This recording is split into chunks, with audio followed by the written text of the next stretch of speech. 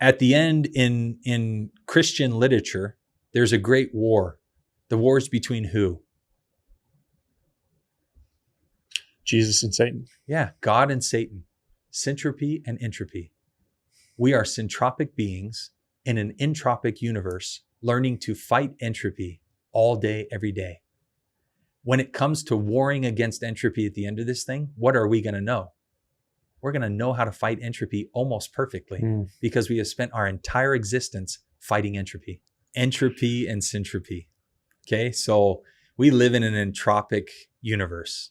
What does that mean? Entropy is chaos. Everything breaks down.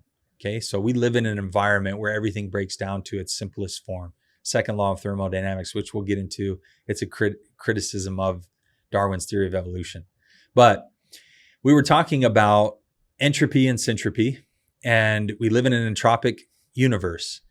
But entropy is not good. So like if we view entropy in the past, if you view entropy in the past, how do you feel? So the destruction of something in the past. So let's take, for example, the Holocaust. How do we feel about the destruction of the Jewish race in the past? Insanely remorseful. Yeah. Right? So sad.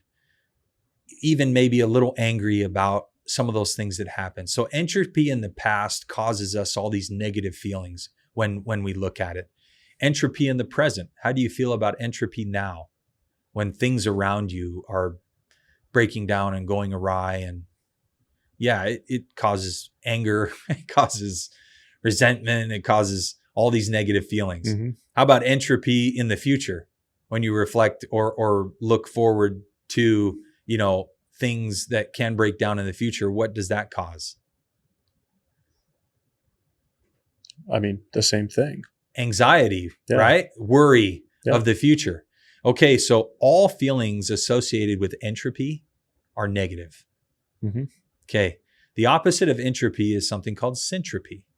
Okay, so syntropy is essentially the preservation, the order, it's fixing and preserving and creating.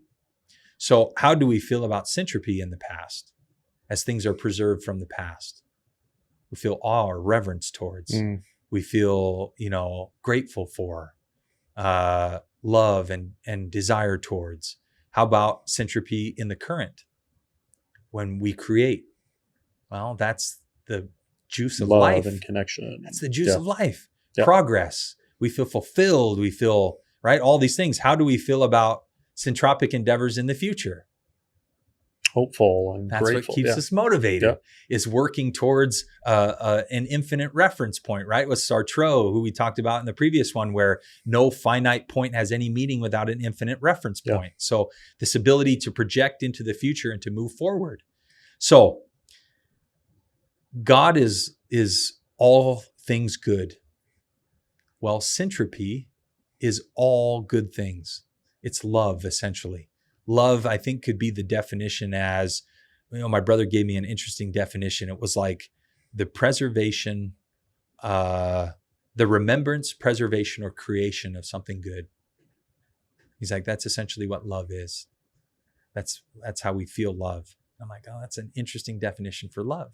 And he said, and that matches perfectly with the feelings that come from syntropy.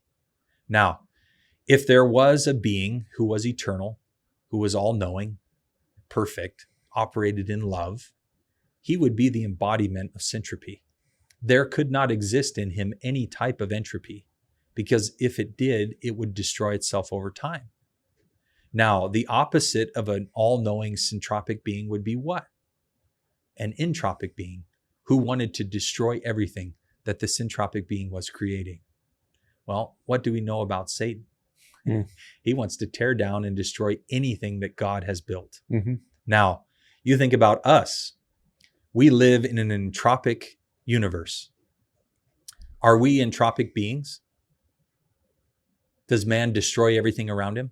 No. No, what does man do? Man orders the universe. Yeah. He orders everything around him, and he wants to make sense and rationally order all things that he sees and comprehends. So man is a syntropic being. So we are syntropic beings sent to an entropic universe where all we do is spend all of our time fighting entropy. That's all we do all day, every day, is we fight entropy. We fix our home, we fix our car, we fix our life, we fix our relationships, we fix our businesses, we just on and on and on and on. So if you want to talk about a simulation, at the end in Christian literature, there's a great war. The war is between who? Jesus and Satan. Yeah, God and Satan. Syntropy and entropy. We are syntropic beings in an entropic universe, learning to fight entropy all day, every day. When it comes to warring against entropy at the end of this thing, what are we going to know? We're going to know how to fight entropy almost perfectly because we have spent our entire existence fighting entropy. So there's some really neat dynamics that come in when you start in this to video look, game. Yes. When Yeah. you start to look at life as a simulation.